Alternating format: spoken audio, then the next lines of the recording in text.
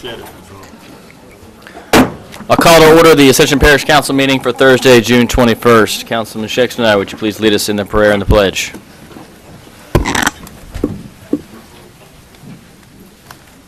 Dear Lord, we want to thank you for all the great things you've given to us people in Ascension Parish, this state and this nation. We want to ask that you continue to give us your goodness. We want to take this time to recognize Chad Bourgeois family, and as he passed this past week, and then to remind everyone of all the people of this parish as we continue to lose the good people from this area. We'd like to ask that you allow us to make good decisions for the people of the parish, and that as we continue to go home today, everyone goes home safely with their families and continue to do the business of Ascension Parish. We ask all this in your name. Amen. Amen. Amen.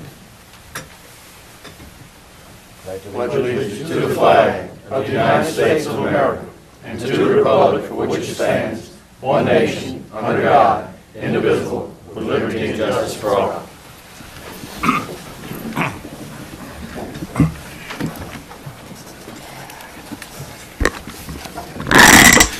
Roll call, Madam Secretary. All members present with the exception of Councilman Joseph. For chair's additions, I'll be pulling items 7C and 7F from the consent agenda. And then number 4 is the public comment sign-in period. If anyone wishes to speak, please come fill out your card now. You'll have 3 minutes. We're passing item number 5 has already been done earlier, so we will move to item number 6, which is the Parish President's Report. Mr. President. Yes, I have Miss Cynthia Stafford with East Ascension Hospital Service District Board here tonight, and she wanted to address the council, and she brought a board member with her, and Miss Cynthia has done an excellent job over the years, believe me. When I asked her to take over and work on get on the hospital board, it was in dire straits, and she straightened the ship out and got it sailing in the right direction. But I don't know anyway. if it was sailing in the right direction, but I've been there 12 years, and I think I went on there for about probably 2 or 3. But thank y'all for allowing me to come before you. And before I start, I'd like to introduce my board members. I have a few of them that are not here: DeEtte DeArmond, Keith Rush, but I do have Robert Hodgson, and then I have Jean Gonzalez. Jean has served with me for over 10 years. I also have Wayne Sheets, who is our CFO, and has really kind of taken over the managed position after Promise left, and he's just kind of like a do-it-all person. And then I have Malcolm Dugas. I think he just left, but he was been our legal counsel. And with that being said, I'd like to kind of give you a brief scenario of where we were at 12 years ago and where we're at right now, so that you can kind of understand what we've done. When I first got on the board, we had a really kind of severe negative cash flow. And during year after year, we made cuts, we made changes, we tried different marketing strategies. And so then we began to kind of like break even, and it would kind of go up and down. And the hospital business is one of the hardest businesses that I have ever came in contact with, because some of it makes no sense to me of the way that they reimburse you. And I'm just going to give you one example. We had a space that we were occupying and we were renting out, and it made more sense for us to move them out, and the federal government paid us more money for it to be vacant than to have somebody in it. So it was just a really bizarre type of repayments, and we just kept thinking it would get better and it would get better, and it never really did. So at that time, as the years passed, we had 70 employees. They all had been there for a long time. It was an economic development thing. We were on long-term health care.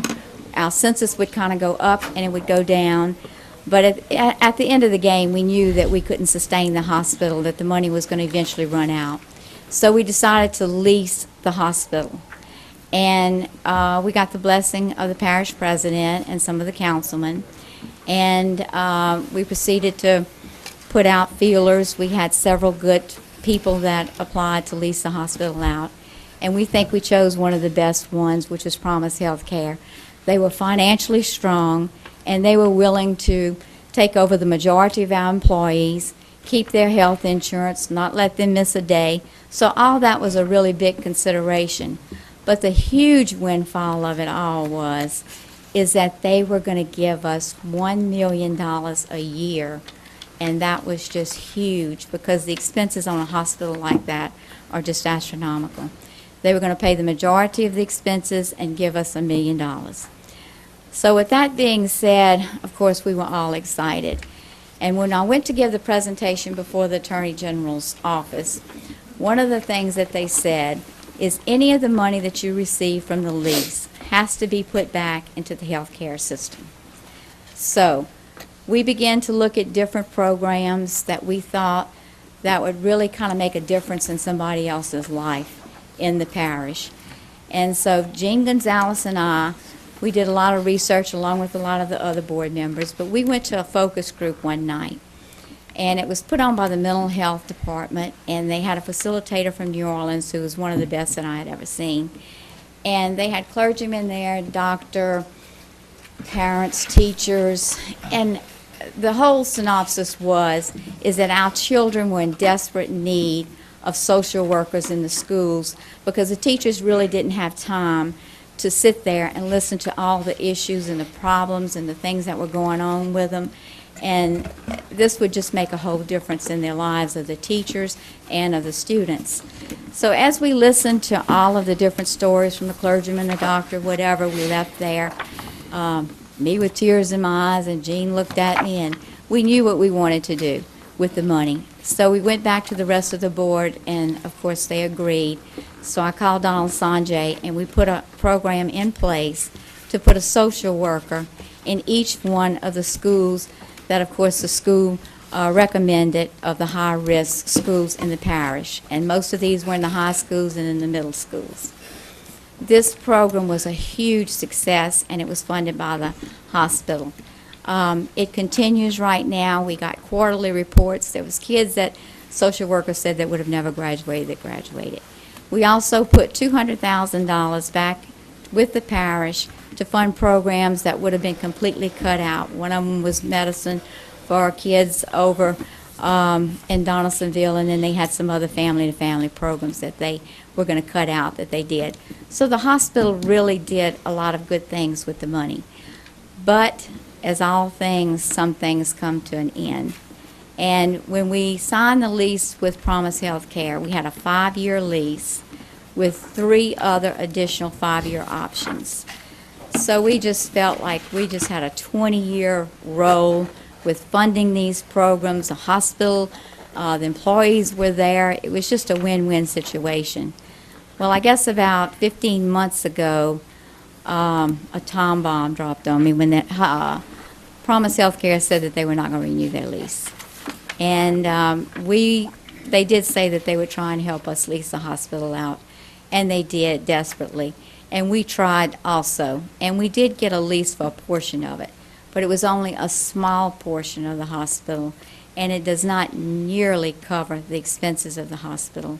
So what we're finding now is the hospital can't sustain itself. We're going in the hole every month. Over there we have an 81,000 square foot building. We have another three-quarter acre lot down that side road, plus all the acreage to the right. And we have a lease that for a year. That's a 30-day in or out. So that's not anything. But what they pay us is just pennies on a dollar to what our expenses are. And I'll just give you one example. The electric bill is sometimes $30,000 a month. And we had one very small leak in the hospital in the roof, and it was almost $9,000 to repair. So everything, I mean, in the air conditioning, when we replace the boilers, it's like $100 and something thousand. So we're running right now, if nothing happens, it's $60,000 a month. Right now we have a little over $5 million in the bank. And with that being said, with the health care, with so much uncertainty of what there is, we've had a few people that's expressed an interest in leasing part of the hospital out, but the hospital is outdated. It would cost multi-millions to redo the hospital, refurbish it, and even if they rented out portions of it, it still could not sustain itself with what the expenses run. So I stand before you tonight to tell you that we have $5 million, and we have an 81,000 square foot building, and also we have the Caro Clinic that is situated behind the building, and we just did a complete renovation of that building, and then we have another building on the side that we also lease out. So I just felt it imperative that I come before the council and let you know that this is happening, and maybe let you decide the future. And if you have any questions, I'll be happy to try and answer any of them. And if I can't, I have other board members and people here that might can. Councilman Todd Lambert? Yeah, Ms. Cynthia, the lease that's going on now, you said it can be broken at any time, or it's another year before they can get out of that lease? Well, they were good tenants, and it's the top floor, and so we gave them a year lease where they could get out at 30 days at any time. Okay. So I figured if something happened, it would probably be a year before you would even go to the second floor. So when does that lease run out? We just signed that lease. We just did. And when you have a hospital and you have patients, it's just impossible just to find a place within 30 or 90 days. So we felt like that was just something that we should do. The Caro Clinic has a 20-year lease on it, but I can tell you it was negotiated, and it was a fair market rent. It has escalation clauses in it, and I think it's a good lease. And I think the other one is just kind of like a month-to-month lease that we have. Thank you. President Martinez, you had something? Yes, we've been talking about this, I think, since last year. Right. And the hospital board, Mr. Gonzalez, again, I thank you too for a great job, and everybody that's been on board over the years. And said, give us till the summer and let's see what we can do with it. Right. And if not, and I told them at that time, I said, if you're going to give it back to the parish or do whatever, we certainly don't want to get it back with no money and then That's right. get in a situation to where we're going to have to maintain this building. And they graciously agreed to that, and so that's where we're at today. And the thought process is that parish government could actually take over the hospital, renovate it, and actually centralize parish operations at that site. And I think there's 14 acres there. Is that right, Ms.? I'm not sure of the acreage because, there was some sites that we did. I mean, like the clerk of courts, we leased it out for $1 for 25 years, mental health, and all of these other buildings. So probably it was originally 15 acres, so you just take out those sites. But it's a good piece of property, and it's, it's located. You can't get a better location for being across the street from the clerk of court. The courthouse. So. But, we had talked about it. And what we thought we would do is try and give us the benefit of the doubt of trying everything we possibly could is to get that hospital leased out. And hopefully, we were hoping for another windfall, but that windfall is not going to come in the environment of the healthcare system that we have now. It's just not going to happen. And when we finally realized it was not going to happen, I talked to Tommy, and he said, well, you need to come before the council, explain it. And like I said, the good news is you have a good building, you have a lot of acreage, and you have $5 million.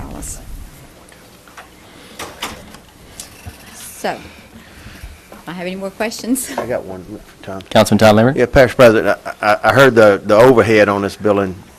I guess we're expecting, I know we have some money to renovate it, but look at the overhead. It's $30,000 a month electric bill, and it's $300,000 a year right there. So we need to look at it for as whether or not it's feasible for us to renovate it as parish government building. Now, I can tell you something about the air conditioning.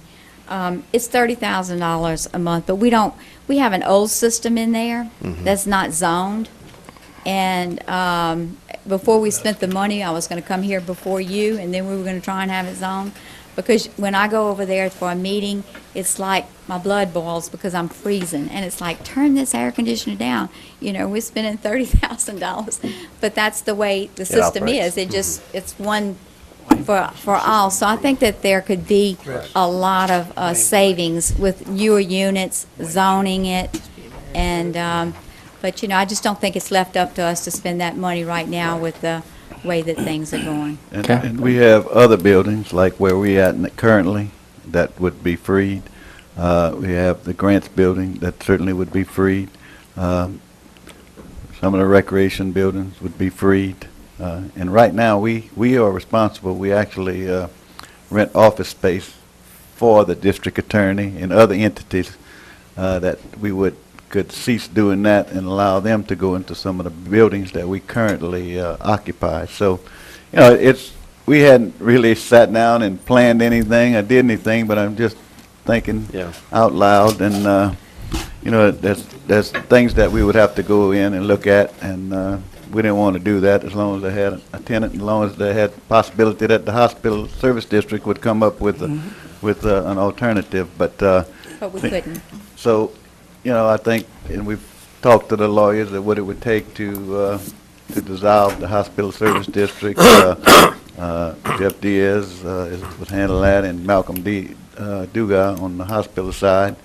And if we did, we'd like to, if we did take it over, we'd like to keep Mr. Sheets on, and of course, through the transition period, and to make sure that all the bills and everything else would be paid. And I think one more employee there that.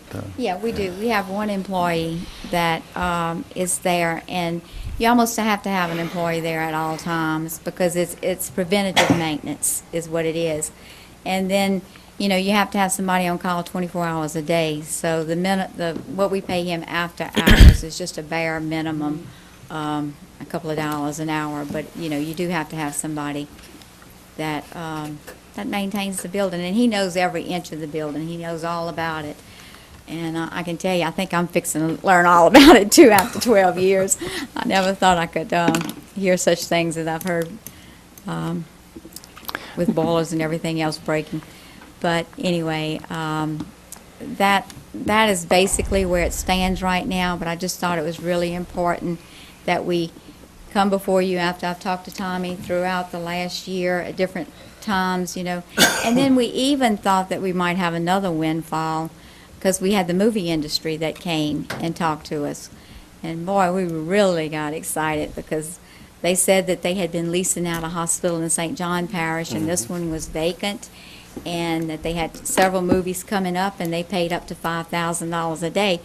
Well, dollar signs started, you know, going in my head, and I thought, oh my gosh, this is great.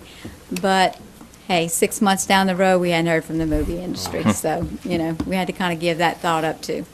Mr. Sheets, would you like to elaborate on something? Yeah. Todd, the question that you asked her, the 30,000, that's actually about 20,000 in like energy and 10,000 to the town of Gonzales, city of Gonzales. But you also have to think also that that's 24 hours a day keeping sick Correct. people cold and warm. So, Right. you know, any type of operation or any other operation that you would turn to obviously wouldn't need Cut that back, obviously. yeah. So that's kind of Yeah. inflated, you know, so it would drop it down exactly how much, I don't know, yeah, so. Appreciate it, Wayne. Councilman Kluwat? Yes, Cynthia and Wayne, we talked about, got some contacts from the movie industry that they were very interested because, and one of the reasons they were interested is the age of the facility. And the age of some of the surplus equipment that you had that was outdated. And I know the movie industry's still coming and still getting stronger in this region and within this parish. Right. And I'm sorry it hadn't worked out yet, but I mean, Well, let me say this. I met You're on the with- books. Yeah, well, I actually met with 3 people that came in and took a lot of pictures. That's not dead yet, okay? Right, you're on the I mean, books. It takes a while. But we can't wait for that oh, hope no, and prayer. ma'am. No, ma'am. I mean. We can keep a wing. Keep a wing open. In trials tomorrow, but I mean, it takes. But we could sell off some of the equipment because it's worthless. Yes. And they need it for props, so, Yes. you know, that could be a little money. And the facility in St. John has made very well on it. Oh, have Okay? they? Yes, they have. Well, that's what we were hoping for. And, yeah, it may end up being an interim thing somewhere along the line. Could be. Hopefully so. Councilman Schexnayder?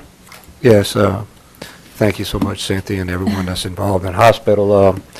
I was very close personal experiences with Ascension Hospital. In fact, we moved to be within a mile or so of that years ago as my daughter had gotten sick, and so it was a very important service for the people of the parish. And isn't it ironic that tonight we give an award to someone for a newer hospital headed in a different direction, and we recognize tonight that the hospital that we depended upon is moving on. So that's part of it, I think, and I think we need to put our heads together, see what we can do, and make something positive out of something that is Right. is It's so-called just- negative. We need Right. to make something good at it, because as I travel throughout the state and the country and see governmental buildings,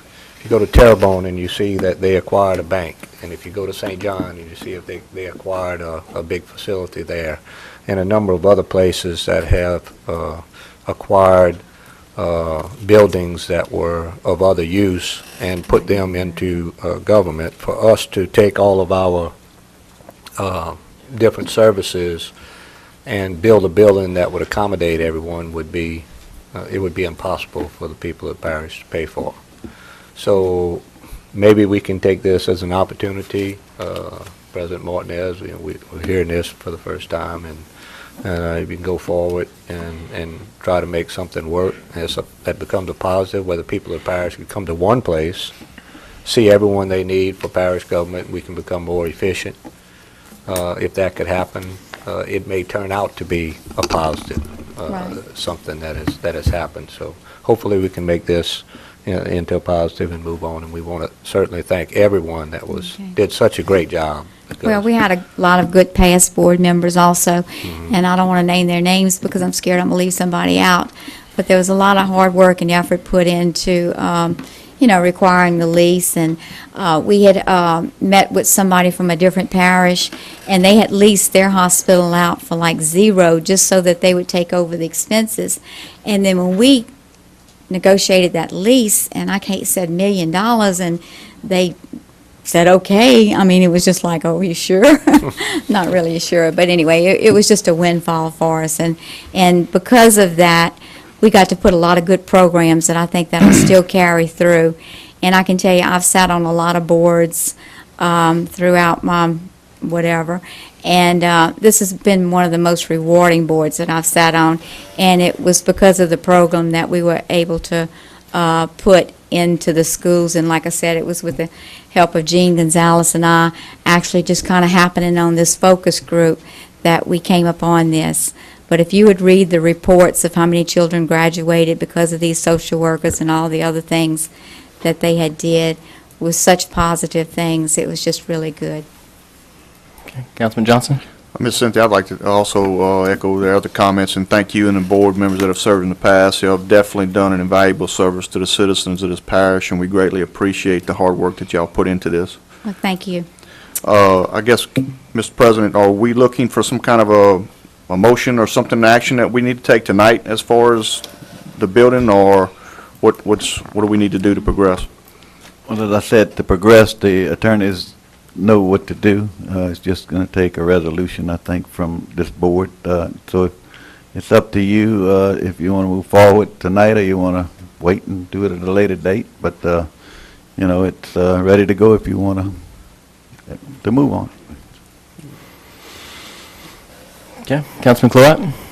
Yeah, I don't know what type exactly definite resolution you're looking for, but I would enter a motion to allow parish administration, parish president to move forward in looking into the feasibility of parish government maintaining this office and moving there. It'll take a couple of meetings and some ordinances to go through. I'll second that And motion. that's basically if you want to just make a motion to start the Process. just to start progress on it, that would be fine. Councilman Cluett, that's your motion? That's my motion, sir. Okay, and I have a second by Councilman Johnson to move forward with this process. Any opposition or discussion? Hearing none, that motion passes. Thank you, Ms. Okay. Stafford. All right, And all the thank you. hospital board members, thank you. Okay, the chair would entertain a motion to move the consent agenda minus items 7C and 7F. I had one more thing in my report. Oh, I apologize. Sorry, Parish Just President. wanted to, I know there's a benefit for Alzheimer's, and I'm going to ask Mr. Schechtner. It's something that his family's been involved with for all these years, and if you would tell us about the event. And first of all, I want to apologize for dropping the ball. We was normally we have someone come here and make a presentation, but the 5th annual Bourgeois Family Fundraiser, Time to Remember, will take place on Sunday. This is this Sunday, June 24th, at the Clarion Inn and Conference Center in Gonzales. Be from 2 to 5 p.m. Funds raised at this silent auction and dessert social go to support Alzheimer's services of the capital area, which provides programs and services for the 15,000 families affected by Alzheimer's disease in the 10 parishes served in the greater Baton Rouge area. 15,000 families. If you would, please consider making a donation used for the pre-event planning, or a silent auction item or a door prize would be available, or any gift certificate or anything to be donated. If you would like more information, please feel free to call about the Alzheimer's fundraiser and call Iva at 675-8367. And last year, there was $35,000 that were raised in 3 hours to go to the people of the Ascension Parish area for this worthy cause. So I can't beg you enough to participate. It's a good cause, and the people of the parish have stepped up in the past, and we'd like to ask everyone to do what they can. Okay? All right. Mr. Chairman. Can I add Councilman one quick Alonso. thing on that? I saw right before I came tonight, I know Snow's in joining in with y'all's organization on this Saturday. Right. Everything that they make all day Saturday on any meal that's sold, 10% of that is going to go to this Right. event. So I just wanted to kind of throw that out there as well. Okay. All right, Vice President, anything else? Okay, we will move to the consent agenda item. Chair will entertain a motion to move on the consent agenda minus items 7C and 7F. So moved. Motion by Councilman Johnson. Second. Second by Councilman Dempsey Lambert. Any objection? Question, Mr. Chairman. Councilman Zally? Yeah, thank you. On 7F, I noticed an email this morning that this was going to be passed on because the resolution is not ready. Is that correct? Yes.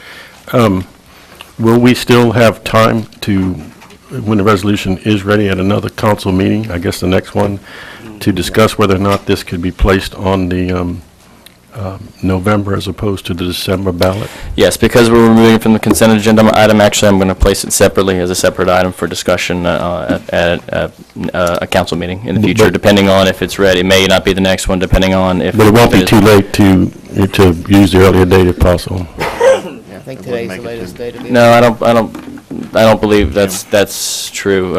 In terms of my conversation with Mr. Dugasser. Yes. Can you come to the mic, please? Thanks.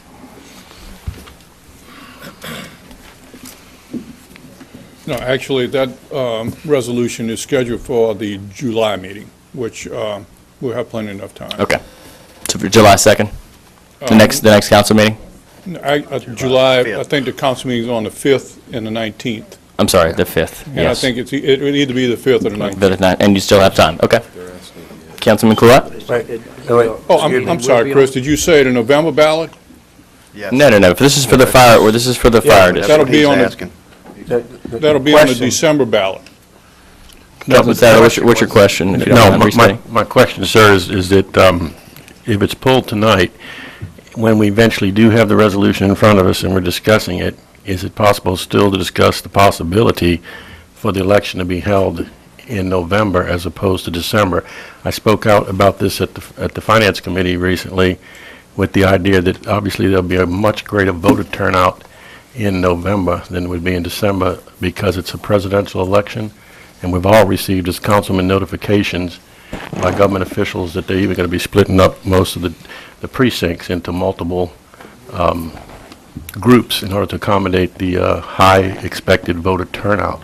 So my concern about pulling this tonight is that we would be now relegated to only doing this not at the big election where we're electing a president, but at the smaller special election a month later.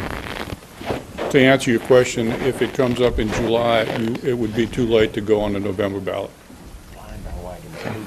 Then I just would like to go on record to say I'm disappointed that this is being pulled today.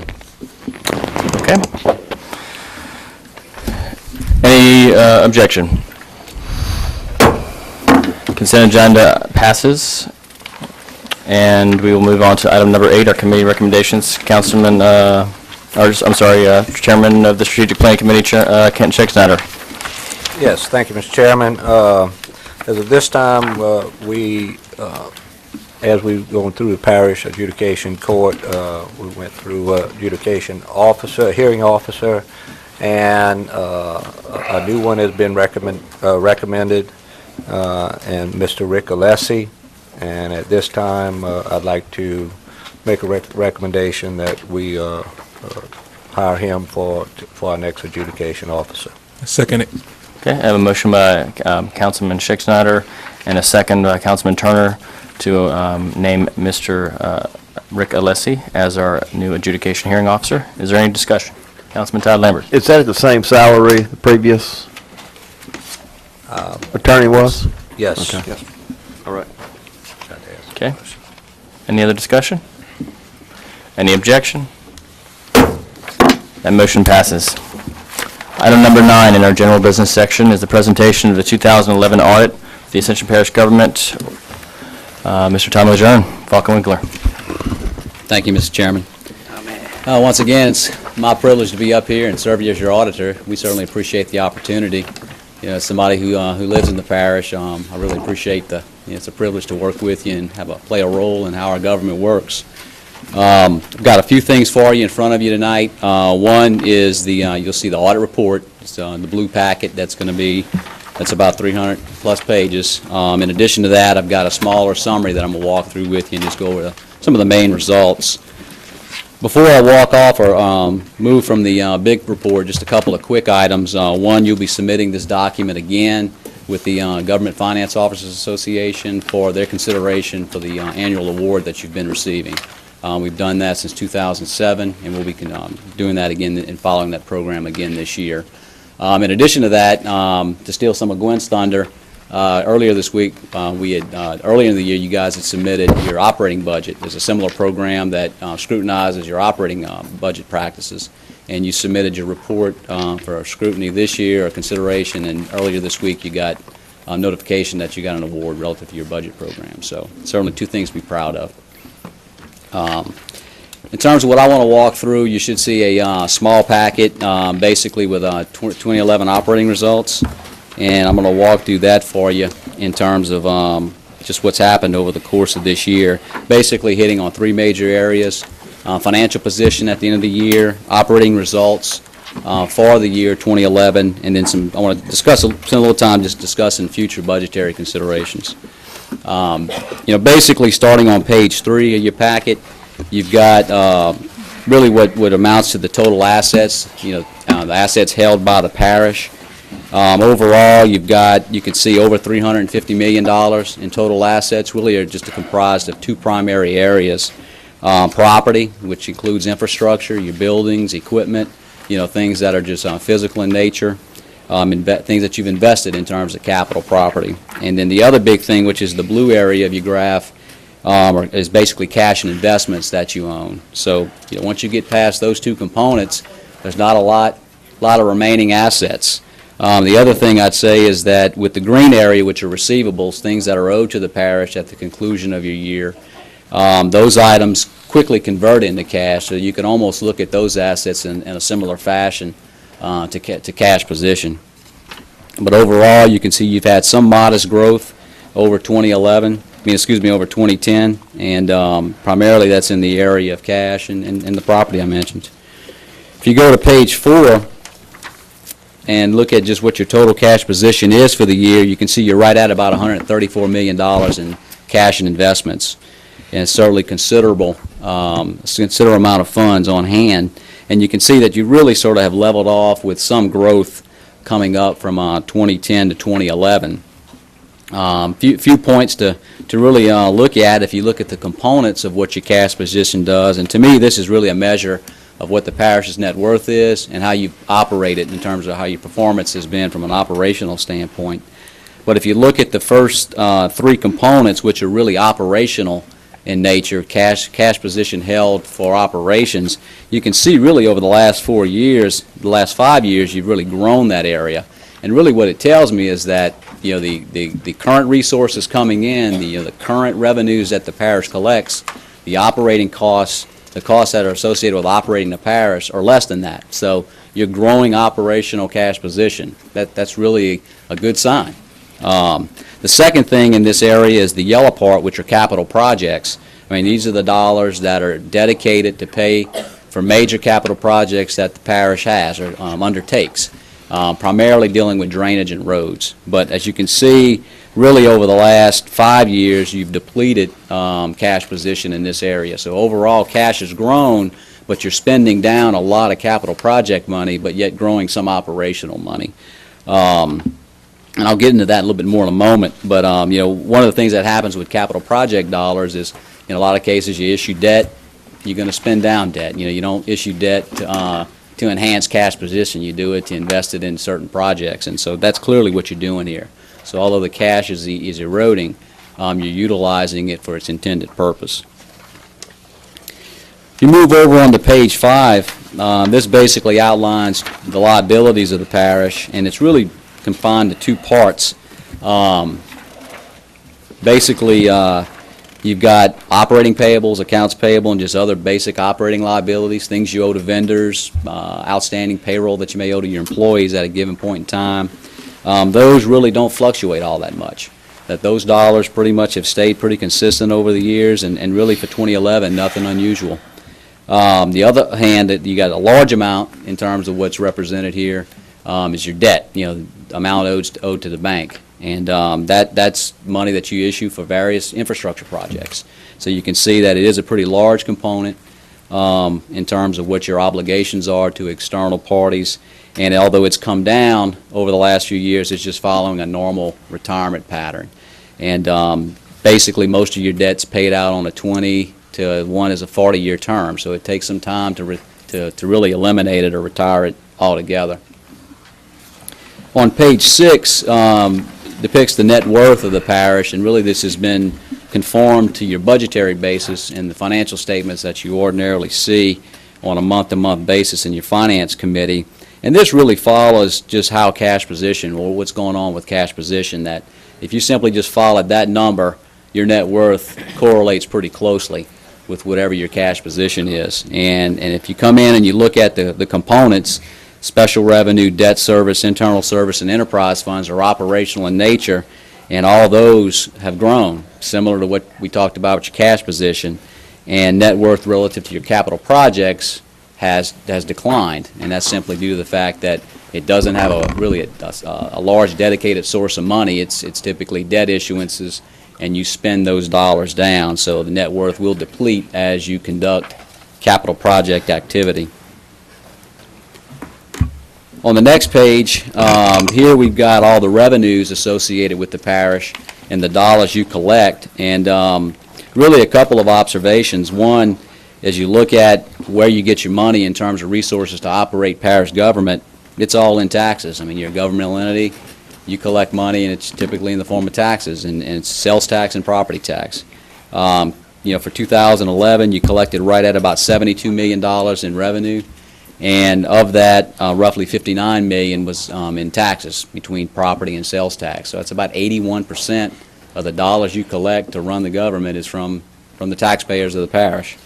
It's not unusual for a government to have that large amount of money supporting as support. So nothing really unusual, but basically what it says is, to the extent you have economic activity and which generates taxes, that's going to drive your results and drive what you can do. from a service standpoint. As you move on to page 8, on the other hand, you've got the money you spend out, you know, where you spend your dollars. And really, we just confine this into two broad categories: operational costs and capital project costs. As you look at spending overall, you were right at about $71.5 million in spending for 2011, which is compared to right at $70,800,000 for the year before in 2010. So spending was up about $700,000. However, if you sort of look at those two components, operationally you spent about $51.5 million, which was down about $700,000 from the year before. So really your increase really related to capital outlay, the capital outlay area. You were up about $1.5 million in terms of capital outlay related project activities, to the tune of about $20 million in total being spent. So if you think about that, you spent less money to operate government, and you turned that money over and put it more into infrastructure assets. You know, as a taxpayer, that's what you want to see your government do. So, I mean, that's something you ought to be proud of. But in terms of your capital outlay, mostly here again it's coming into roads and drainage activities. Moving on to page 9, just sort of focusing a moment on sales taxes. You've got three primary areas of sales tax, two of which are dedicated and have to be utilized in a certain fashion. And then you have one area, which is this blue component, which is an undedicated tax. Basically, you know, the green, you collect some sales tax to support drainage activities. Your red area is primarily fire protection, some recreation, but overall, your unrestricted is how the parish has really been able to maintain itself in a positive manner in terms of maintaining cash position, and really gives you a lot of flexibility in terms of how you operate. But if you look at 2011's performance, you were right at $35 million in total collections, which is up from 2010, where you were at about $32 million. So about a 9% increase, which is pretty strong. But overall, that's sort of how your sales tax fell out for this year. If you look at page 10, here, just to focus a moment on where your undedicated, unrestricted sales tax is spent, it's in a number of different areas. You know, some of the excess money you collect, the parish has had a historical practice of, when sales tax is good, banking some of that money and putting it in your road projects. You know, this year you put about $1.5 million aside into that capital project fund for road projects. There's a significant amount of this money that helps support the operational aspects of maintaining your roads. I heard a lot of discussion about that earlier. You can see that this undedicated tax is really supporting your road and bridge activities in terms of just basic DPW maintenance. You've got the general fund listed here, but your general fund funds a number of other activities, so it's sort of a flow-through in terms of where the money eventually gets spent. Although it does support some basic government operations, there are some significant dollars that get transferred to other activities. About $1.7 million of this money is spent on your jail system to support operating the jail. About $1.6 million of this moves over and helps support recreational activities. And then probably the other big thing is about $1.3 million goes over to support the utility operations that you have. So you've got not only basic government services and basic government operations that are supported from this source of dollars, you've got some other significant mandated costs and other activities that you would otherwise undertake. And so a little bit goes to the roads, a little bit goes to the jail, some goes to recreation, and then some supports basic parish services. And the last thing, which is not in our presentation, that I want to walk through, this basically is a summary of all the main dollars, all your funds that you administer. And I've really talked more about the first three columns coming from your left, where you started 2010, what happened during 2011, and where you concluded 2011. And basically, if you start at the bottom, you can see that you're right at just shy of $140 million of total net worth. You added to that this year $2 million, bringing your total net worth to right at under $142 million. So still a significant source of money. When you look at that as a standalone at this point in time, that's great financial position. That's great net worth for the size of your operations. You're spending about $70 million a year. You've got twice that in net worth. That's really strong. Now, when you look at the $2 million performance as in terms of a bottom line, if you sort of go up 2 double underscores and look at your capital projects, you can see that even though you netted $2 million positive results for the year, you spent almost $7 million in excess or deficit for capital projects. So really, from an operational standpoint, you did very well, and you were able to commit some of those dollars into investment in infrastructure. But your middle column looks great from a net worth standpoint. Now, if you fast forward and look at what you've got from an adopted budget standpoint, which is the fourth column from your left, basically showing budgeted operating surplus and deficits, you can see you've got a lot of resources being committed to be spent over the course of this year. If you go through the first couple of sections, which are operational in nature, and if you just focus for a moment on your special revenue area, which is the second block of funds, you can see you've got appropriated $5.3 million in deficit spending to support some of your operations. You know, my observation with that is you're starting with great net worth and good financial position. You can accommodate that, but over the long haul, as you sort of fast forward this into 2013, 2014, 2015, that's not something you can sustain over the long term. So that as you go into your budgetary meetings and set budget for next year and the year after that, these will be some numbers that you'll have to monitor. Because at some point in time, you'll deplete what net worth you have, and you won't have the same flexibilities that you have today. The other area I'd like to drop down and look at is the sort of the second group of funds, the capital project funds from the bottom.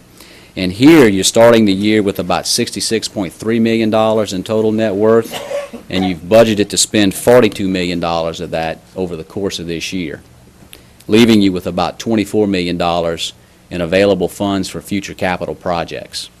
And what that tells me is if you execute the budget that's been appropriated, that's not a significant amount of money as you get into 13, 14, and 15 to handle infrastructure-related needs.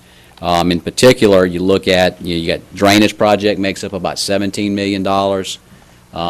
That's not a, a cheap endeavor in terms of doing drainage projects. The second area, which is the second primary area you spend money on in terms of infrastructure, is your road project. This is where you spend all and do major overlays and construction on your road projects. If you deplete your fund balance by $8.2 million, you can see that leaves you with about $4.6 million in available spending for 2013 in prospective years. That's not a lot of money. I heard $300,000 for an overlay on 1 mile of road. That's about, what, 12 miles of road? Something like that. That's not a lot. So the point in all this is that I do think you need to be thinking about a source of money to help fund capital projects. I mean, as we saw earlier, you do have an undedicated sales tax that you are taking a pretty significant portion of and putting it into your road projects. But at $1.5 million a year, it's helpful, and certainly that's a lot of money, but it only can do so much. Typically you have a couple of choices. One is, what you talked about, which is a dedicated source of money that can fund some major improvements. The other is a debt issue. That's how a lot of capital projects are funded. But the problem with that is you can only do that for a certain period of time, because you issue debt, you do a bunch of work, but then you've got a long term to pay your debt off, 20 years. So that encumbers the existing tax resources that you have. So you can do a lot at one point in time, but to sustain it over 20 years while you pay your debt off it can be problematic. So you can't keep going back to the bank to issue debt to handle road projects. It's part of the answer, but it's not the entire answer. But overall, even with the budgeted performance that you have for 12, you're still going to be in really good shape as you get to the conclusion of 12. But I think you ought to be thinking about now 2013 and maybe the years following that, so that you don't deplete the net worth that you've built up and done a good job over the last several years to get to this point. But overall, we were very satisfied with the things we looked at from an audit perspective. Your staff really accommodated us for a long period of time as we go through all the records relative to the parishes, for the accounting records. And, from both a compliance and a procedural standpoint, we were very satisfied. All right. Thank you, Mr. Lejeune. Any questions or comments? Councilman Satterley? Thank you, Mr. Chairman. Thank you for the presentation, sir. Wastewater fund, in the third, fourth, and fifth columns have dashes for them. Can you give me an explanation? Well, what it's saying is that the fund balance was depleted to zero at the conclusion of this year, and you don't have any surpluses budgeted, nor do you have any deficits budgeted, so it's operating on a break-even basis. But it basically has zero net worth. Thank you. Okay. Anyone else? Okay. Thank you. Thank you. Item number 10 is the approval of the resolution of the Ascension Parish Sales Tax District Number 2, authorization to add to the November 6, 2012 ballot a 0.5% sales tax for 25 years beginning January 1st, 2013 to construct, acquire, expand, improve, maintain, and operate roads and bridges. I do have a speaker, Ms. Catherine Couple. Thank you, gentlemen. Thank you for working on a plan to address our infrastructure needs. However, the tax you are proposing isn't the best for funding. The 2012 capital budget has $11.2 million for roads. If passed, the proposed half-cent tax will increase sales tax in the unincorporated districts to 9%. This 1/2 cent increase will bring in $8 million per year, which over 25 years equals $200 million. The parish plans to bond $80 million initially via a loan, which after debt service will yield $3 million a year, or $75 million for actual use over 25 years. So we will collect over $200 million, but only be able to use $75. Is this the best we can do? Why did you not consider a 10-year plan? Your proposal only considers current deficits. Cost, needs, and population will change over 25 years. Where are the projects that will address future growth? DOTD engineers stated during public hearings that only intersection improvements, mainly as roundabouts, are being considered, located entirely in north-central Ascension with the exception of Highway 44 at Loosemore. Why do supplemental projects now include the widening of 3 roads when DOTD engineers said there's not enough money for any road widening, much less $81 million alone for Highway 621? There is a total of about $350 million in 2012 dollars for project costs in your latest lists. Why does the plan keep changing and the costs escalating? Why would the parish want to acquire 106 miles of state road if we currently do not have adequate funds to maintain our present inventory of roads and bridges? According to DOTD engineers, once acquired, these 106 miles of road will no longer be eligible for state or federal funding, and the parish will be 100% responsible for maintenance and liability. Some sources are now saying there will be more money later. Who do we believe? Who's telling the truth? The present plan has no phasing of projects, prioritized lists, or projected timelines. You've not told us where the projects will start, how you will proceed, and how long it will take for you to finish. At least when the 1984 1/2 cent drainage tax was passed, we had a list of prioritized projects, a timeline, and cost for each project. Even then, the parish has not finished projects after 38 years. They did not follow the prioritized list and has collected over 4 times the projected cost and counting. Do you think you have earned the public's trust? The people have not forgotten that you fired the P&Z Commission, raised your salaries, and want to come back next year with another round for quick take. If you take the last allowed 1/2 cent sales tax for roads, where will you get funds for wastewater? I believe this plan and the tax to fund it is short-sighted in many places, hastily prepared, and will create more problems than it attempts to solve.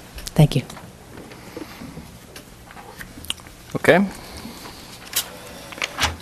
Chair would entertain a motion. So moved, Mr. Chairman. Motion by Councilman Johnson to approve the resolution. Second by Councilman Shakespeare. Any discussion? Any objection? Hearing none, that resolution is adopted. Item number 11, It's an introduction of ordinance to amend Section 16-1 of the Ascension Parish Code of Ordinances adopted by the Ascension Parish Council on June 20th, 1996, adopting an official personnel policy manual for the Parish of Ascension. Motion introduced. Motion introduced by Councilman Todd Lambert, second by Councilman Randy Kluwat. Any objection? That ordinance is introduced.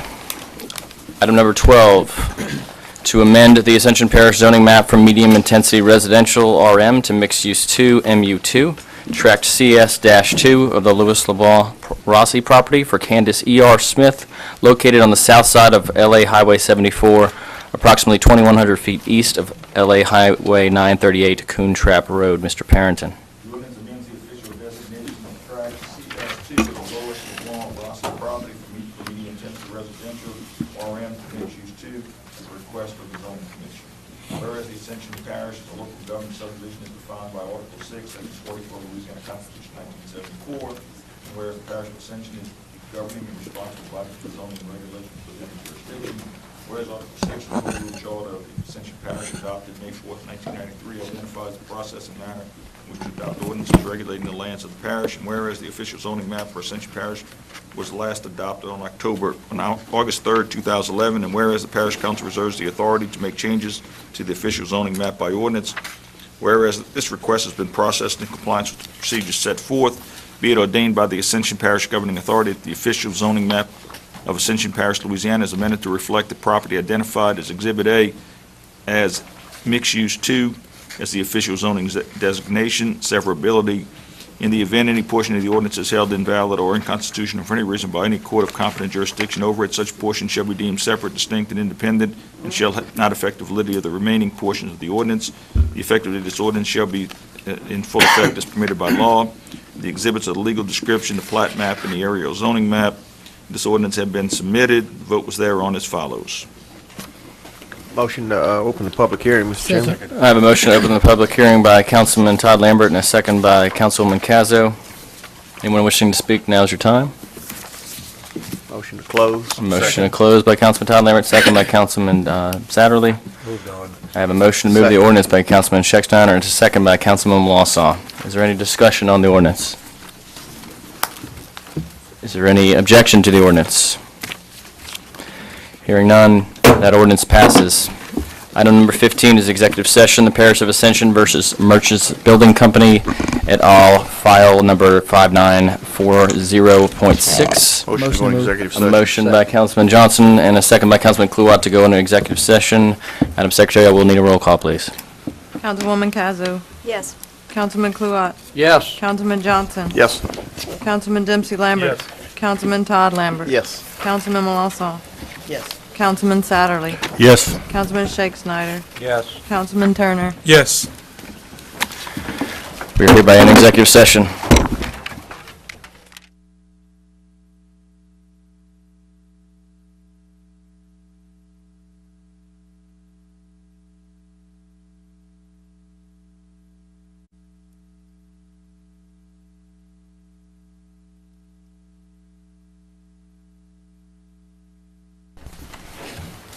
Motion to reconvene, Mr. Chairman. I have a motion to reconvene by Councilman Johnson and a second by Councilwoman Wausau.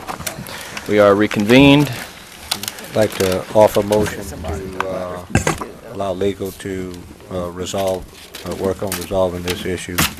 Okay, I have a motion by Councilman Schecksteiner to authorize legal to move forward with trying to resolve this issue and a second by Councilman Turner. Any discussion? Any objection? Motion passes. Councilman Todd Lambert. Motion adjourned. Motion to adjourn. Second by Councilman Wausau. We are adjourned.